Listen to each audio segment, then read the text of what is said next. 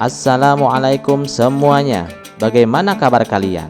Semoga selalu diberi kesehatan dan dimudahkan rezekinya oleh Allah. Amin ya robbal alamin.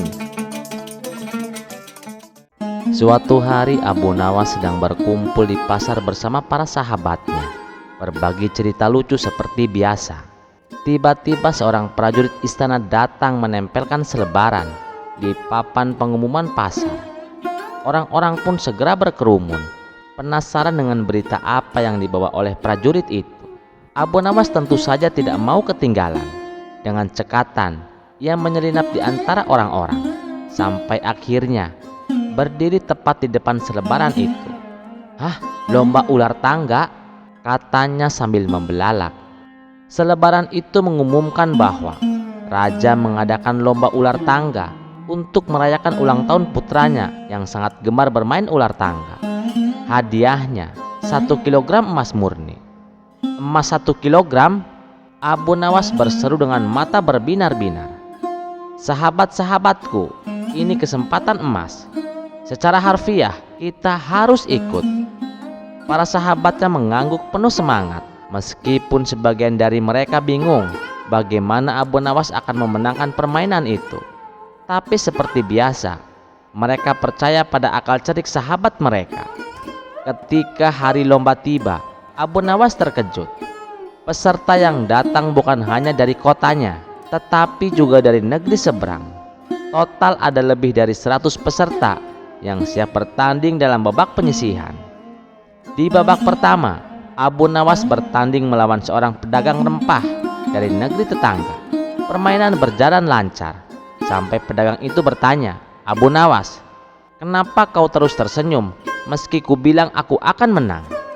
Abu Nawas menjawab sambil melempar dadu, "Aku hanya tersenyum karena aku tahu dadu ini lebih suka padaku. Lihat saja, dadu itu berhenti di angka 6, membuatnya naik ke tangga tertinggi dan langsung memenangkan ronde." "Dadu macam apa itu?" seru pedagang rempah bingung. Abu Nawas tertawa. "Bukan salah dadu kawan, mungkin kamu perlu lebih ramah pada dadu sebelum melemparnya." Babak demi babak, Abu Nawas terus melaju. Ketika melawan saudagar kaya dari negeri seberang, ia kembali menggunakan kecerdikannya. "Abu Nawas, aku yakin aku akan menang. Aku sudah berlatih bermain ular tangga setiap hari selama sebulan penuh," kata saudagar itu dengan percaya diri. "Wow, luar biasa," jawab Abu Nawas sambil memasang wajah serius. "Tapi kau lupa satu hal." "Apa itu?" tanya saudagar penasaran. "Kau lupa bahwa ini ulang tahun anak raja dan aku memakai baju warna favoritnya," kata Abu Nawas sambil menunjuk jubah birunya. "Mungkin keberuntungan hari ini ada di pihakku." Ketika dadu dilempar, Abu Nawas lagi-lagi mendapat angka yang tepat untuk naik tangga. Sementara saudagar malang itu justru tergelincir ke ular dan kembali ke awan.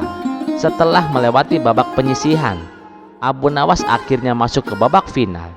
Lawannya kali ini adalah seorang pengawal raja dari negeri seberang yang terkenal cerdas dan memiliki strategi jitu dalam permainan ular tangga. Saat permainan dimulai, pengawal itu berkata dengan sombong, "Abu Nawas, aku sudah mendengar cerita tentangmu. Kau mungkin cerdik, tapi keberuntungan takkan selamanya berpihak padamu." Abu Nawas tersenyum tipis. "Oh, benar sekali. Tapi keberuntungan juga tahu kapan harus datang." Permainan berlangsung sengit. Abu Nawas sempat tertinggal jauh karena dadu pengawal terus menunjukkan angka besar. Sementara Abu Nawas hanya mendapat angka kecil, tapi ia tidak panik. Ketika giliran Abu Nawas tiba, Abu Nawas memejamkan mata sambil memegang dadu. "Dadu ini seperti anak kecil," katanya. "Apa maksudmu?" tanya pengawal bingung. "Kadang dadu perlu dimanjakan," jawab Abu Nawas sambil mengusap-usap dadu itu. "Aku bahkan memberinya nama. Kukira itu membuatnya senang." Pengawal dan penonton tertawa. Tapi saat dadu dilempar, angka yang keluar adalah tepat 6, membawa Abu Nawas naik tangga terakhir ke kota kemenangan. "Apa?" Pengawal itu melongo, sementara para penonton bersorak riuh. Abu Nawas berdiri dengan bangga, menyentuh kotak terakhir dengan penuh gaya. Lihat, aku bilang, keberuntungan tahu kapan harus datang. Akhirnya Abu Nawas memenangkan lomba dadu tersebut. Dan raja pun menyerahkan 1 kilogram emas kepada Abu Nawas dengan senyum lebar. Abu Nawas, kau memang cerdik sekaligus lucu. Aku tidak pernah menyangka lomba ular tangga bisa jadi semenarik ini. Abu Nawas membungkuk hormat. Keberuntungan adalah teman baik tuanku, tapi ia hanya datang jika usaha dan waktu bertemu di momen yang tepat. Cerita ini mengingatkan kita bahwa keberuntungan bukan semata soal nasib, melainkan hasil dari ketenangan, usaha, dan sedikit humor di saat yang tepat. Kisah selanjutnya. Suatu hari, Baginda Raja meminta Abu Nawas mengantar paket ke negeri seberang. Namun tugas ini tidaklah mudah. Untuk sampai ke sana, Abu Nawas harus melewati hutan Amazon yang terkenal penuh dengan binatang buas. Ini pasti perjalanan penuh tantangan, gumam Abu Nawas sambil menyiapkan diri dengan peralatan seadanya. Ketika tiba di pinggir sungai yang lebar, Abu Nawas melihat air bergolak oleh gerakan buaya-buaya ganas. Salah satu buaya mendekat dan menyeringai. Hai manusia, untuk menyeberangi sungai ini, kau harus memberikan imbalan. Jika tidak, jangan harap bisa lewat. Abu Nawas mengelus janggutnya sambil berpikir keras. Ah tuan buaya, maafkan saya yang tidak membawa apa-apa untuk dibagi. Namun, saya membawa kabar penting untuk kalian semua. Buaya yang penasaran mengerutkan alisnya. Kabar penting apa itu? Abu Nawas melirik buaya-buaya lain yang mulai mendekat. Dengan suara lantang ia berkata, Raja buaya di negeri seberang mengadakan sensus. Semua buaya harus dihitung jumlahnya. Kalau tidak, kalian dianggap tidak ada dan diusir dari sungai ini. Buaya-buaya saling pandang. Wajah mereka berubah panik. Apa yang harus kami lakukan, wahai manusia cerdas? Tanya sang pemimpin buaya. Tenang, biar saya bantu. Kalian berbaris memanjang dari sini ke seberang sungai, supaya saya bisa menghitung kalian dengan mudah, ujar Abu Nawas dengan nada penuh keyakinan. Tanpa pikir panjang, buaya-buaya itu langsung berbaris sesuai perintah. Abu Nawas melangkah ke punggung buaya pertama sambil menghitung keras. 1, 2, 3, hingga akhirnya ia sampai ke seberang sungai. Sesampainya di sana, ia melambaikan tangan sambil berteriak, terima kasih, kalian sudah sangat membantu. Semoga sensusnya lancar. Buaya-buaya itu melongo, menyadari bahwa mereka telah tertipu. Tapi Abu Nawas sudah jauh dan tak terkejar. Setelah sukses mengelabui buaya di sungai, Abu Nawas melanjutkan perjalanannya dengan penuh percaya diri. Namun, di tengah perjalanan, ia bertemu dengan seekor ular besar yang melingkar di dahan pohon besar. Ular itu mendesis keras, membuat Abu Nawas terkejut dan hampir menjatuhkan tasnya. Manusia, berhenti di situ, seru ular itu dengan suara berat. Aku penjaga kawasan ini. Kalau kamu ingin lewat, kau harus memberikan imbalan padaku. Abu Nawas menarik napas dalam-dalam dan tersenyum santai, meskipun dalam hatinya ia merasa sedikit tegang. Oh, tentu. Tapi sebelum itu, bolehkah aku bertanya sesuatu, wahai penjaga hutan yang hebat? Ular itu mendesis sambil mengangguk. Apa yang mau kau tanyakan? Begini, kata Abu Nawas dengan nada serius. Kamu ini ular besar kan? Sangat besar. Bahkan bisa jadi ular terbesar di dunia. Tapi, apakah kau benar-benar tahu seberapa panjang tubuhmu? Ular itu langsung tampak kebingungan. Seberapa panjang tubuhku? Tentu saja aku panjang, tapi aku belum pernah mengukur tubuhku. Ah, ini dia masalahnya, kata Abu Nawas sambil mengangguk-ngangguk bijak. Bagaimana mungkin seorang penjaga kawasan tidak tahu ukuran tubuhnya sendiri? Bukankah itu memalukan?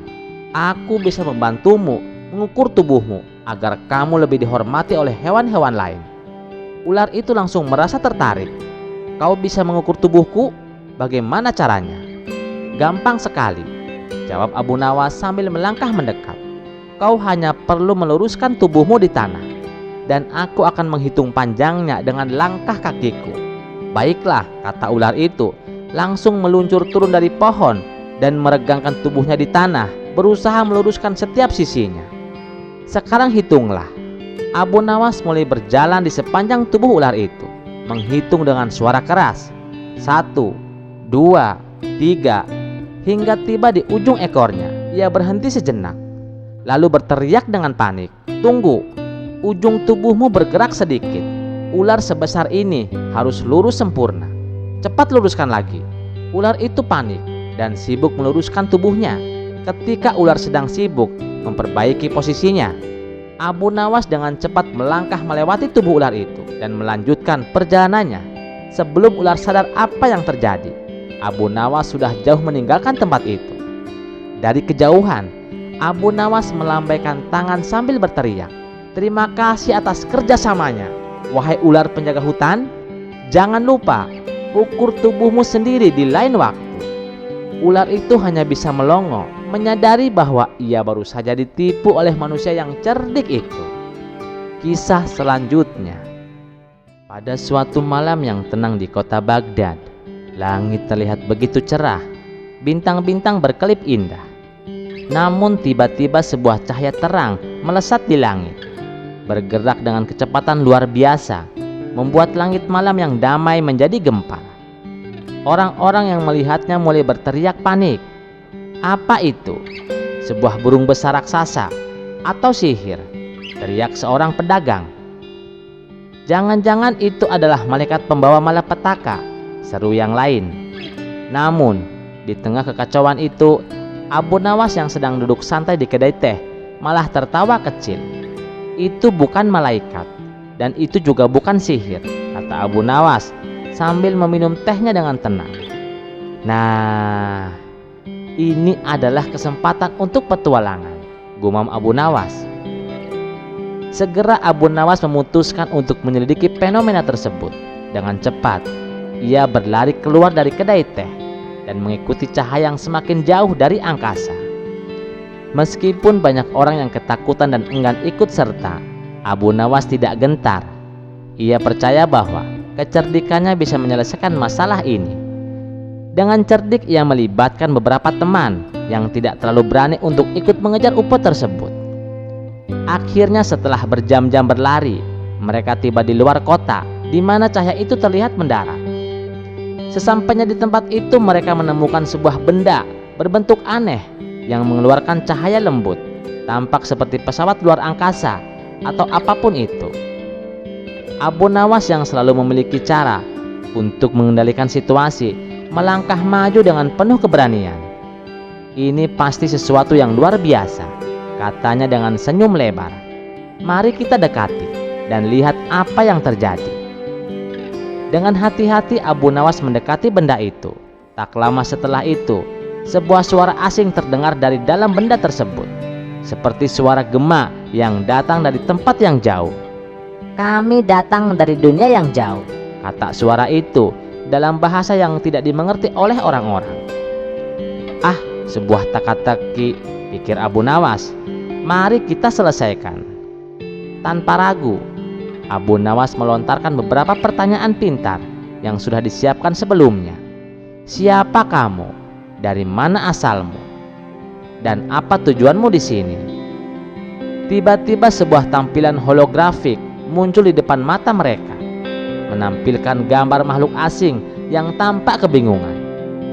"Kami adalah penjelajah dari galaksi yang jauh.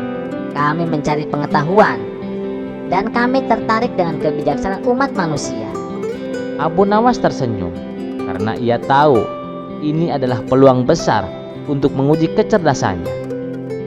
"Jika kalian mencari pengetahuan," kata Abu Nawas, "maka mari kita lakukan sebuah ujian.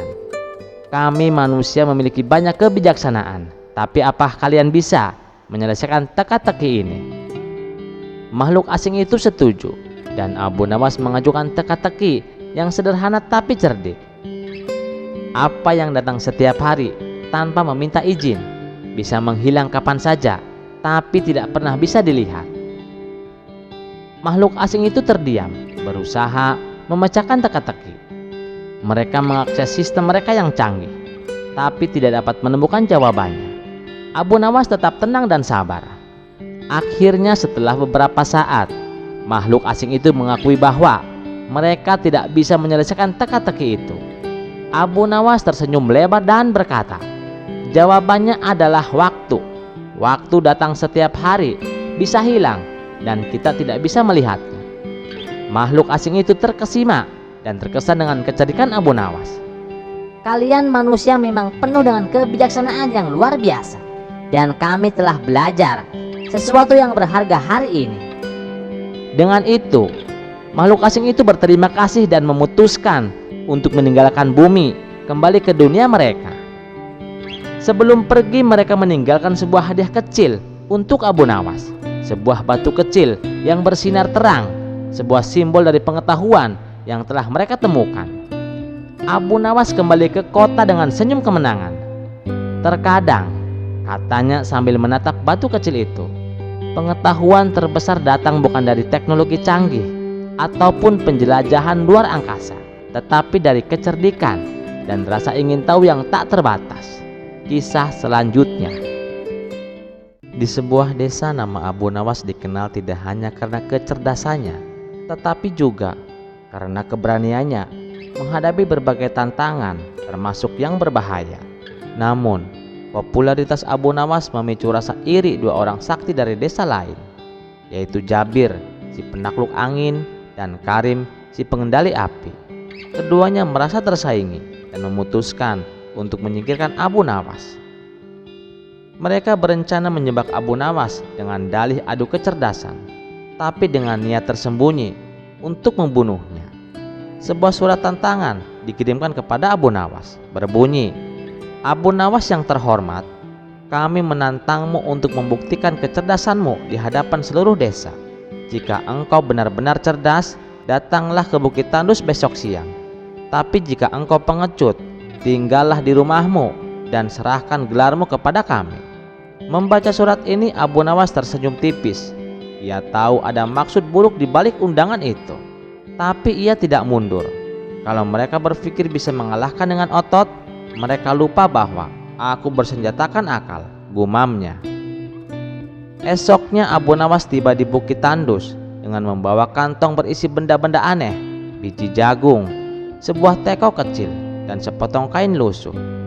Jabir dan Karim sudah menunggu dengan ekspresi penuh kebencian. Abu Nawas, kau datang juga. Baiklah, kami akan mengajukan tantangan. Jika gagal, nyawamu milik kami, ucap Jabir dengan suara lantang. Tentu, tetapi aku punya syarat, jawab Abu Nawas dengan tenang.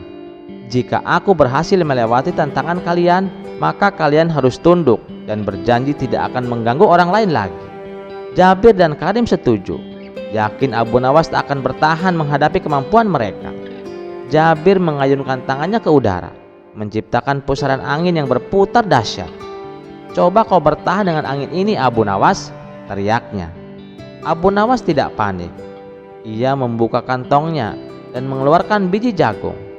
Dengan cepat, ia menaburkan biji-biji itu di tanah. Ajaibnya, burung-burung dari segala arah datang untuk memakan jagung tersebut, menenangkan pusaran angin yang tadi mengamuk.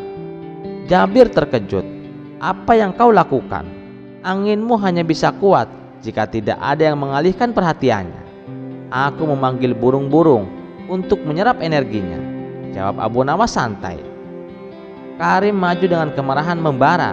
Ia menyalakan api besar dengan tangannya, lalu mendorongnya ke arah Abu Nawas. Mari kita lihat, apakah kecerdasanmu bisa menyelamatkanmu dari panasnya api ini. Abu Nawas tersenyum, lalu mengeluarkan teko kecil dari kantongnya. Ia membuka tutupnya dan menuangkan air, tetapi air itu tidak langsung menyiram api. Sebaliknya, ia menggiring api ke arah pohon kecil yang tidak jauh dari sana. Ketika api menyentuh pohon itu, muncul asap tebal yang menghalangi pandangan Karim. Abu Nawas melanjutkan taktiknya dengan mengibas-ngibas kain lusuh untuk menyebarkan asap lebih jauh, hingga Karim kehilangan kendali atas apinya sendiri. Bagaimana bisa? seru Karim dengan frustasi. Kau kira api selalu menjadi alat penghancur, tapi ingat, api juga bisa dilumpuhkan dengan asap dan pengalihan perhatian, jawab Abu Nawas dengan nada penuh teka-teki. Jabir dan Karim yang merasa terpojok memutuskan untuk menyerang Abu Nawas bersama-sama. Jabir menciptakan badai angin, sementara Karim menyalakan api besar. Keduanya mengarahkan serangan ke Abu Nawas dengan kekuatan penuh. Namun Abu Nawas sudah mempersiapkan diri. Ia melemparkan kain lusuhnya yang sudah basah ke arah angin, menciptakan percikan air yang melayang-layang dan memadamkan api Karim. Saat api padam, angin Jabir justru berbalik arah karena kehilangan tekanan, menyerang mereka berdua. Keduanya terlempar oleh kekuatan angin mereka sendiri. Saat mereka bangkit, tubuh mereka penuh luka, tetapi harga diri mereka yang lebih hancur. Abu Nawas mendekati keduanya yang kini lemas.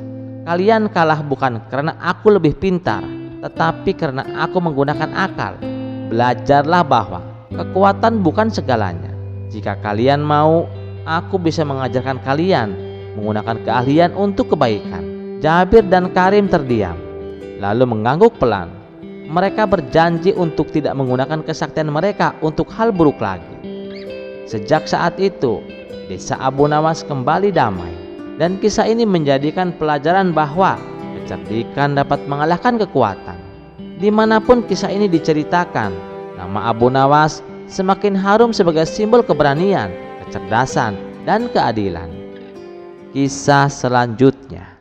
Di suatu desa terpencil, hiduplah seorang pemuda bernama Abu Nawas. Setiap hari Abu Nawas sibuk mencari kayu bakar di bawah terik matahari. Hasil kayu bakar itu kemudian dijual untuk memenuhi kebutuhan hidupnya. Karena sering terkena sinar matahari, sampai-sampai kulitnya berubah hitam legam.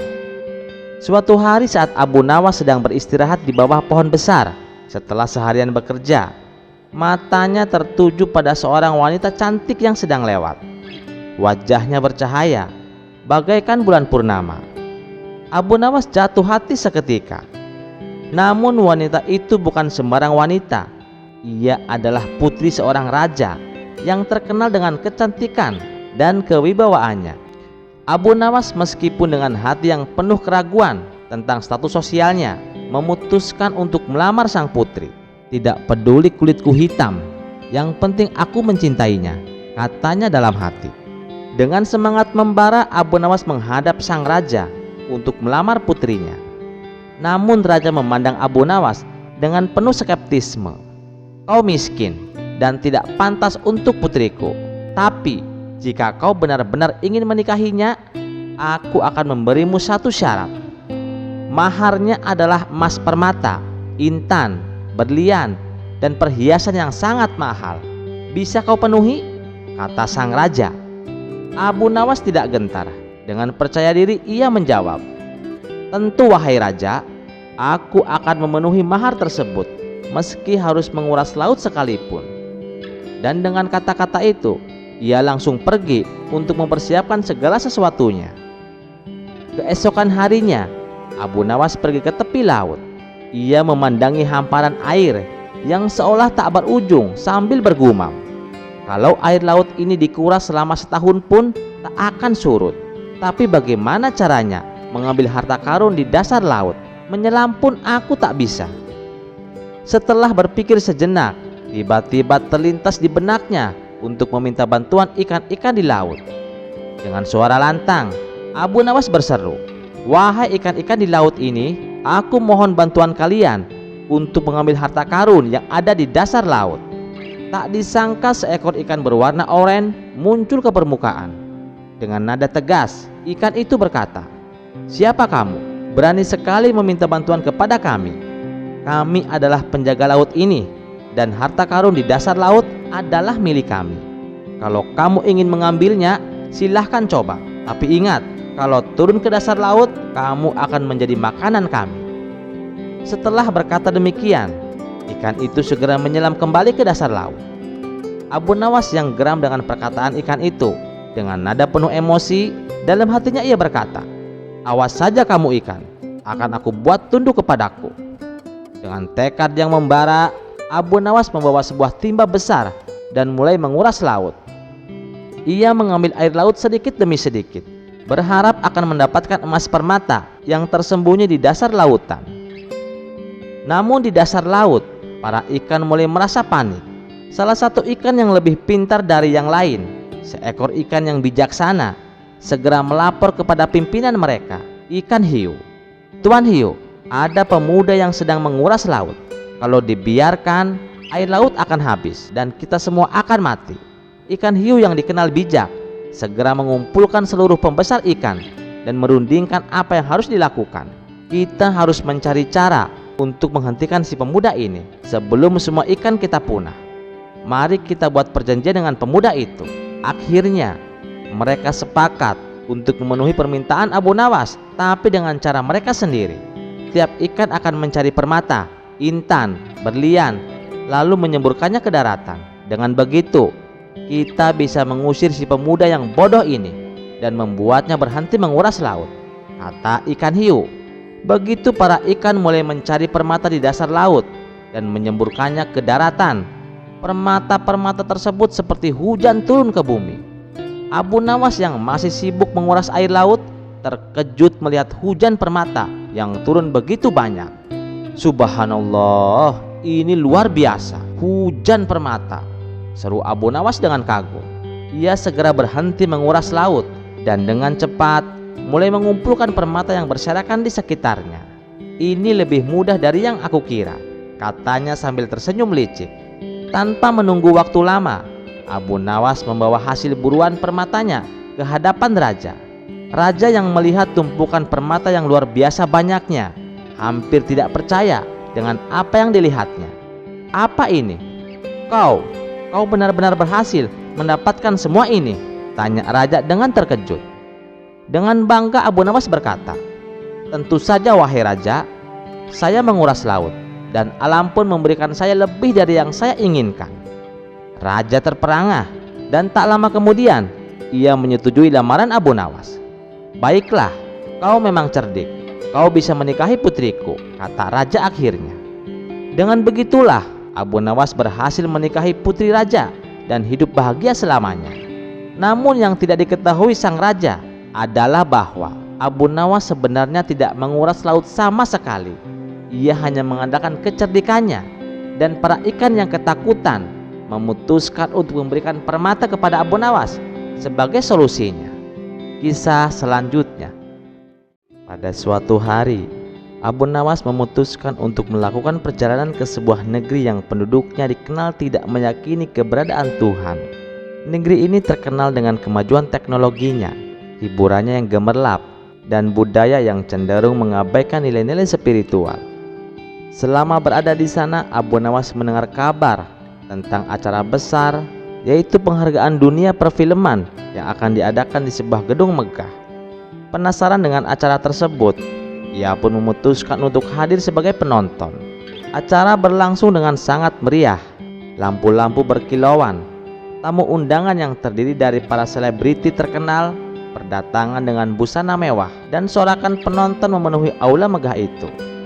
Ketika seorang aktris ternama bernama Mia naik ke podium untuk menerima penghargaan, suasana menjadi semakin hidup.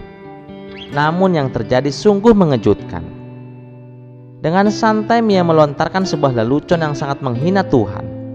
Tuhan pencipta alam semesta, Zero Mention. Tidak heran kalau Tuhan ada di urutan paling bawah. Katanya, peringkat pertama adalah Cast and Crew, lalu Mam, dan peringkat terbawah adalah Tuhan. Lanjut Mia, diikuti dengan gelak tawa para tamu undangan yang hadir. Kalimat itu membuat hati Abu Nawas tergetar. Ia merasa terpanggil untuk memberikan peringatan. Tanpa ragu Abu Nawas berdiri dari tempat duduknya dengan suara tegas yang mampu mengalahkan hiruk-pikuk di aula. Ia pun berkata, "Nona Mia, apa yang Anda ucapkan tadi adalah bentuk penghinaan kepada Tuhan yang menciptakan alam semesta dan segala isinya. Dan kalian sudah menzolimi orang-orang Islam yang tidak berdosa, menghancurkan tempat-tempat ibadah dan tempat berlindung mereka." Dalam Al-Quran surah Maryam ayat 65 Allah berfirman, Dialah Tuhan yang menguasai langit dan bumi dan segala yang ada di antara keduanya. Maka sembahlah Dia dan berteguh hatilah dalam beribadah kepadanya. Apakah engkau mengetahui ada sesuatu yang sama dengannya? Jelas Abu Nawas dengan tegas. Abu Nawas kemudian melanjutkan penjelasannya. Allah adalah satu-satunya Tuhan yang berhak melakukan apapun pada ciptaannya. Allah adalah pemilik segala yang ada di langit dan di bumi. Semua jalan kehidupan diatur olehnya, baik buruknya nasib manusia, serta segala hal mengenai alam semesta. Karena itu kita diwajibkan untuk tunduk dan beribadah kepadanya, sebagai bentuk pengakuan bahwa Allah itu ada. Kita harus menaati segala aturannya, seperti menjalankan sholat, melaksanakan amalan-amalan rukun Islam, berbuat baik kepada sesama manusia, serta menjauhi segala yang batil.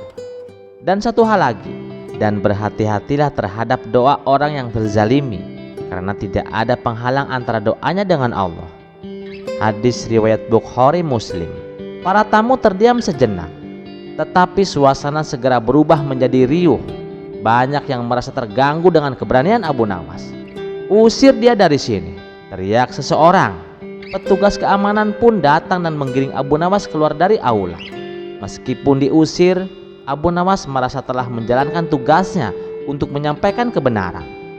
Beberapa hari kemudian sebuah musibah besar melanda negeri tersebut. Kebakaran hutan yang dahsyat terjadi dengan api yang menyebar cepat karena angin kencang. Banyak rumah dan bangunan, termasuk gedung-gedung besar, hancur di dalam api. Kebakaran ini begitu hebat, seperti neraka yang berkobar, dan kondisi alam semakin memburuk dengan cuaca yang tidak bersahabat. Warga pun dihimbau untuk segera mengungsi karena kebakaran telah menelan korban jiwa dan luka-luka. Dan berita kebakaran ini pun menjadi sorotan dunia. Abu Nawas yang mendengar kabar tersebut merasa iba. Dalam doanya, ia berkata, "Ya Allah, jadikanlah musibah ini sebagai pelajaran bagi mereka yang lupa akan kebesaran-Mu.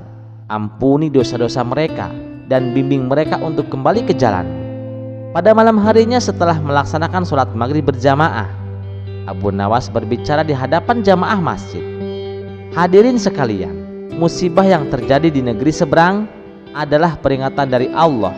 Kita diajarkan untuk tidak hanya mengambil hikmah dari peristiwa ini, tetapi juga mendoakan mereka yang tertimpa musibah. Sebagai umat muslim, kita harus menunjukkan empati dan membantu semampu kita. Semoga kejadian ini menyadarkan mereka dan juga kita untuk senantiasa bersyukur dan menjaga bumi sebagai amanah dari Allah." Abu Nawas mengajak para jamaah untuk berdoa bersama.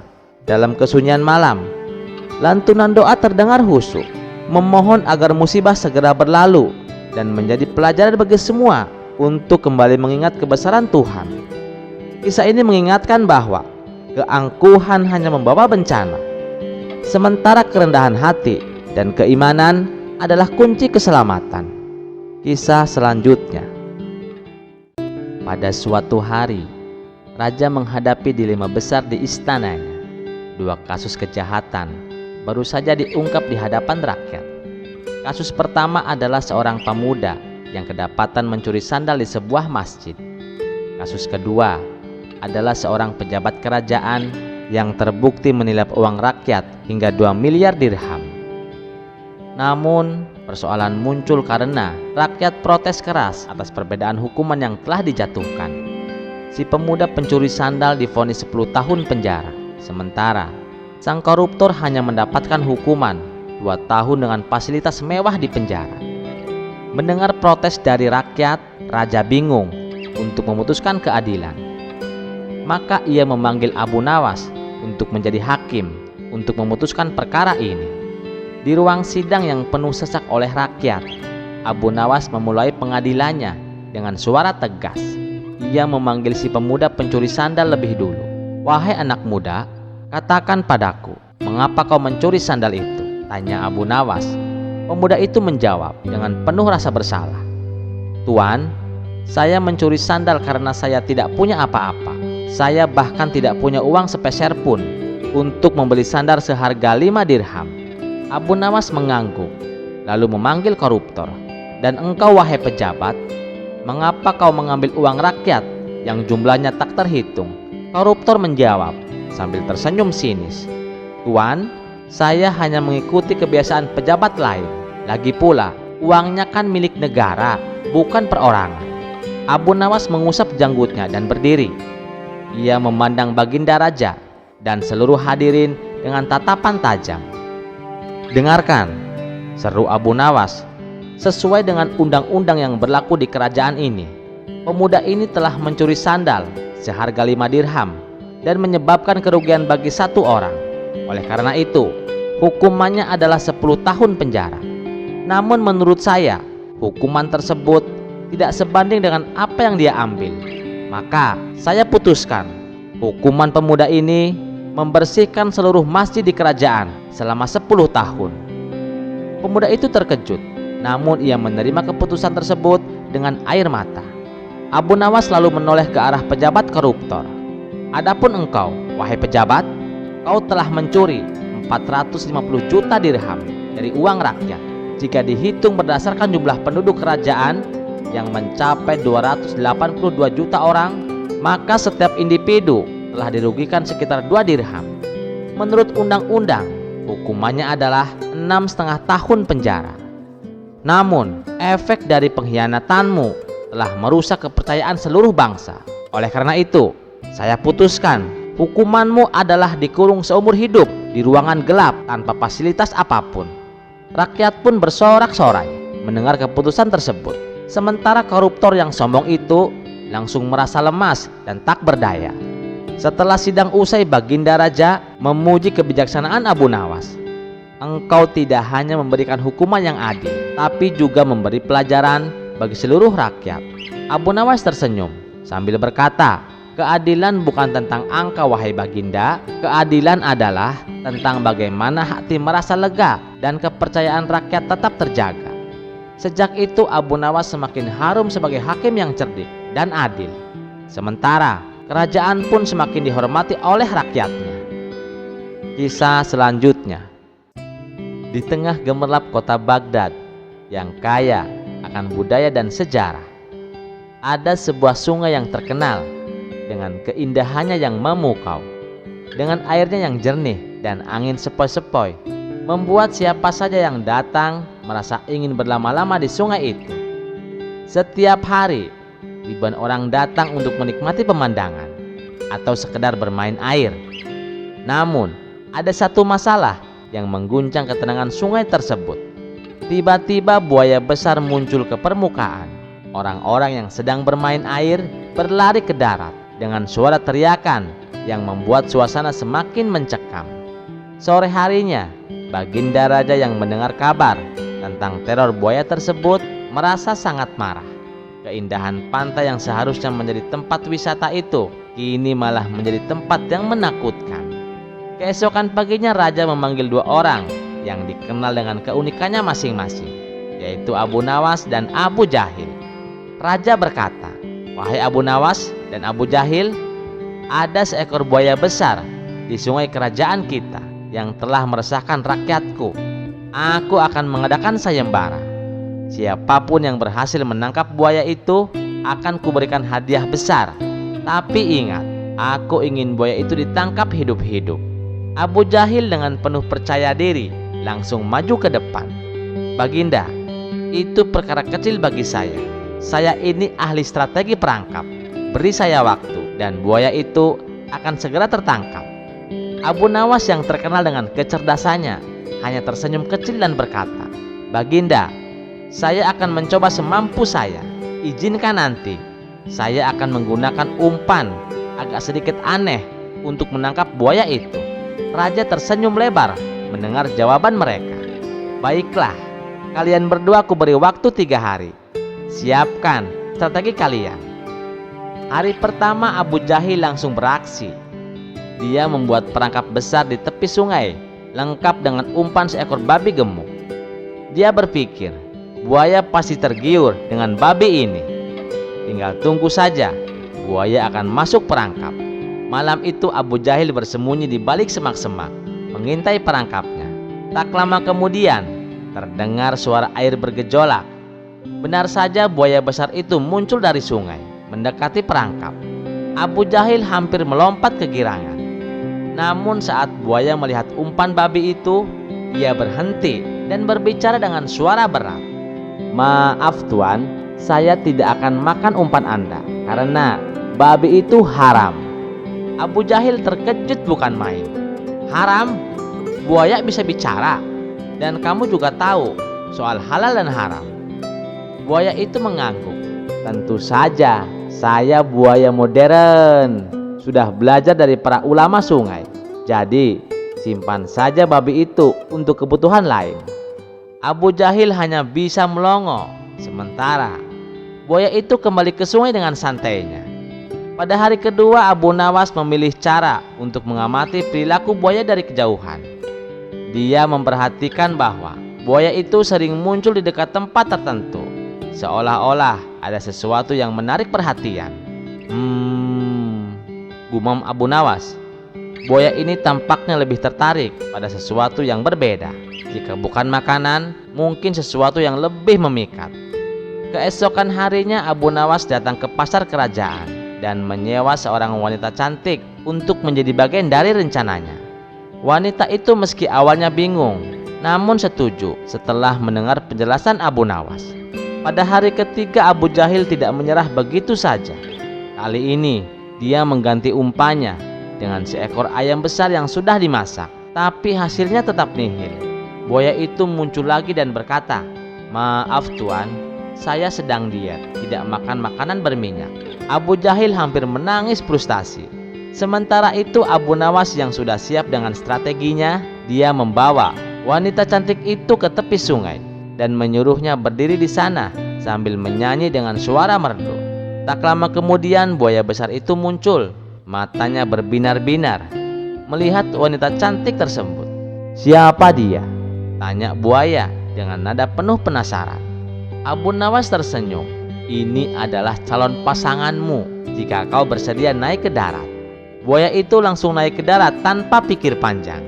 Namun begitu kakinya menyentuh tanah, Abu Nawas dengan cepat menjebaknya menggunakan jaring besar yang sudah disiapkan. Buaya itu terkejut.